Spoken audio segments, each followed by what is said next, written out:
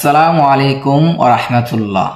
চলো বন্ধু আল্লাহর আমল করি এবং রাসূলুল্লাহ সাল্লাল্লাহু আলাইহি ওয়াসাল্লামের পথে চলি। কাজ শেষ করার আগে নামাজ শেষ করে কাজ করি। বিসমিল্লাহির রহমানির রহিম।